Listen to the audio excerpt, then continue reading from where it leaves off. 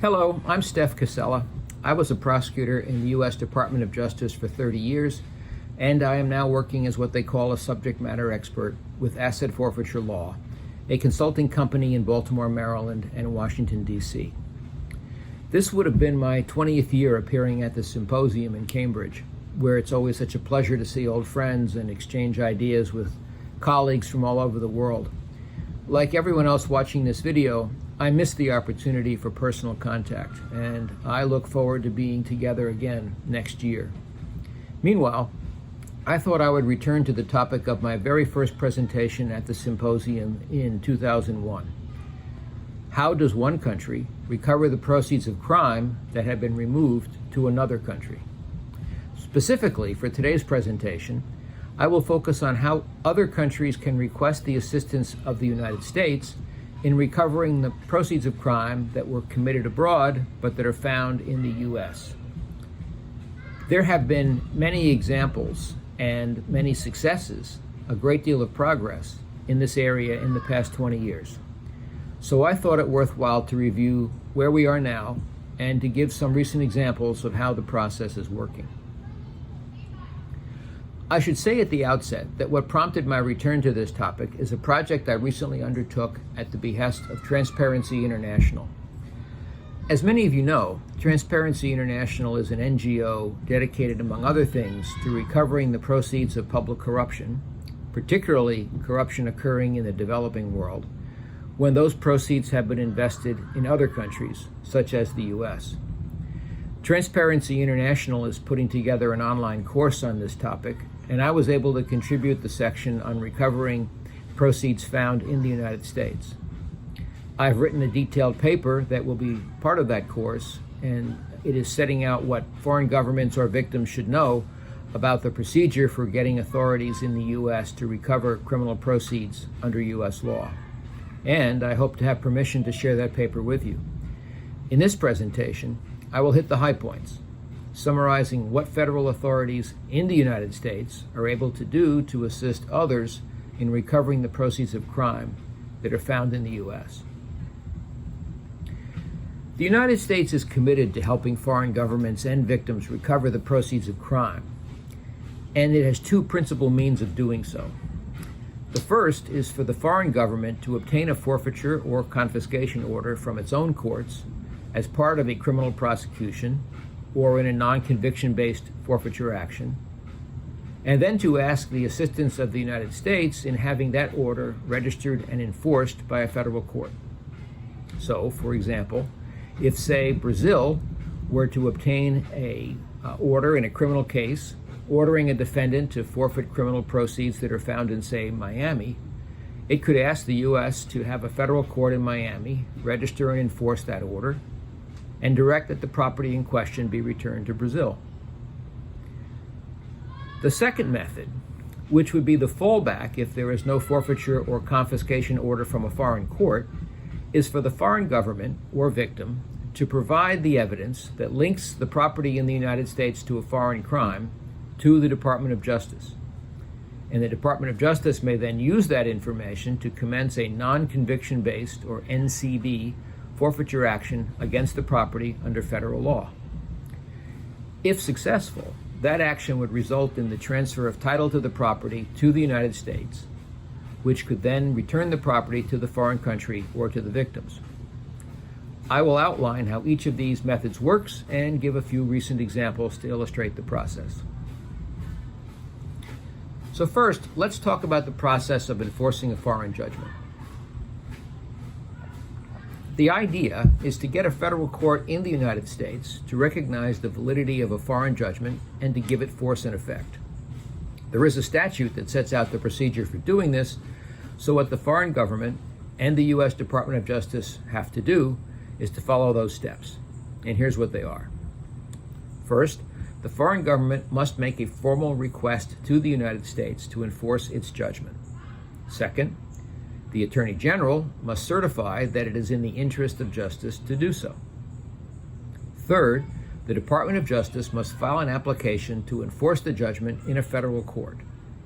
And fourth, once it is satisfied that everything is in proper form, The court must enter whatever orders may be necessary to enforce the judgment and to repatriate the property to the foreign country. Notice that in this process, it is the United States that is the applicant that is able to appear in court. Neither the foreign government nor the victims of the foreign crime have the right to commence an enforcement action on their own. So let's talk about each of these steps. The first is for the foreign government to submit a request to enforce its judgment to the Attorney General. What the request must include is spelled out in the statute. And for those interested, it's Title 28, United States Code, Section 2467. But briefly, what the request must include are the following: a summary of the facts of the case and the procedure that resulted in the judgment, a certified copy of the judgment, and an affidavit affirming that the judgment was obtained in a proceeding in which interested parties had notice and an opportunity to be heard. That is, they had due process. The second step is the certification. It's for the Attorney General to determine that it would be in the interest of justice for a court to enforce the foreign order. This is the point at which the Attorney General could decide not to enforce an order that was obtained in a rogue state that did not afford its citizens the right to due process. Now, third, the application. If the Attorney General decides to proceed, the next step is to file an application in court to enforce the foreign judgment. There is no limit on where it could be filed. It could be filed in the United States, in Washington, D.C., or in any federal court in any other part of the country where the property subject to forfeiture may be found. And there's no statute of limitations on the enforcement of foreign orders. Indeed, the request cannot be made until all appeals in the foreign courts have been resolved and the foreign judgment is final. So, the age of the foreign judgment when the application is made does not matter. When it comes to the court order, there is a procedure that allows the court to preserve the property while the application is pending. But in the end, the court will issue an order enforcing the foreign judgment if it is satisfied that certain criteria are satisfied. Among other things, the court must find that the forfeiture order is based on a foreign crime that would give rise to forfeiture under federal law if the crime were committed in the United States. This is the dual criminality requirement. Also, that the foreign court afforded its citizens due process, that the foreign court had jurisdiction to enter its order, and that the foreign judgment was not obtained by fraud. Importantly, the court in the United States will not look behind the foreign judgment to relitigate the merits of the case. In other words, the enforcement action is not intended to give persons affected by the foreign order a second bite at the proverbial apple. There are many recent examples of how this process works. Most recently, a federal court in New York has issued a series of orders relating to the enforcement of orders obtained in the Philippines regarding the assets traceable to former President Ferdinand Marcos.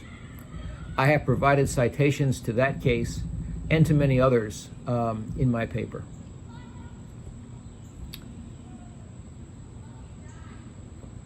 But what can be done to recover criminal proceeds in the United States if there is no foreign forfeiture or confiscation order?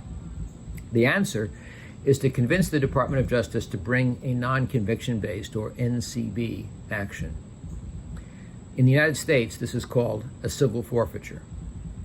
There isn't time in this presentation to explain NCB forfeiture in detail.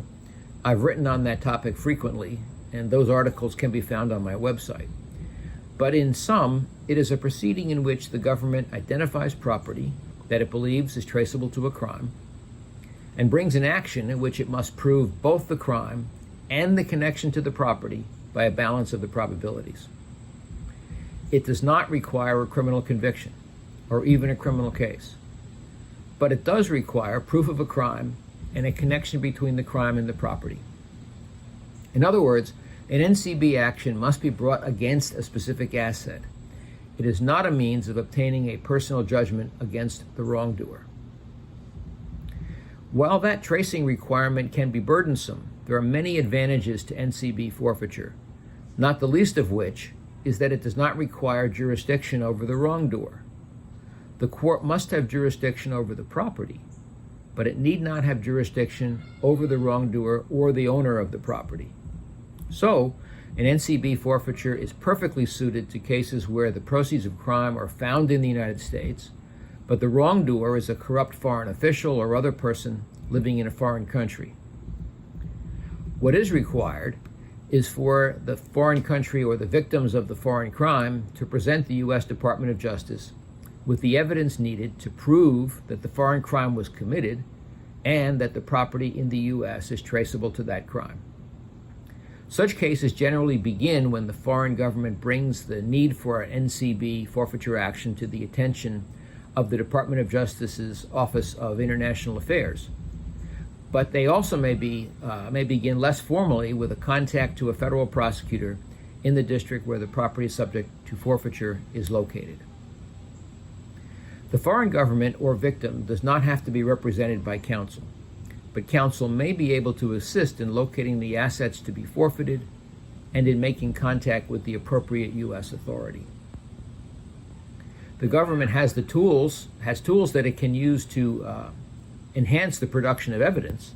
It can demand the production of books and records, take depositions under oath, and rely on circumstantial evidence, such as the property owner's lack of an explainable source of legitimate income, to establish that the property was criminally derived. But the primary burden is on the foreign government or the victims to identify the property and the evidence establishing its forfeitability.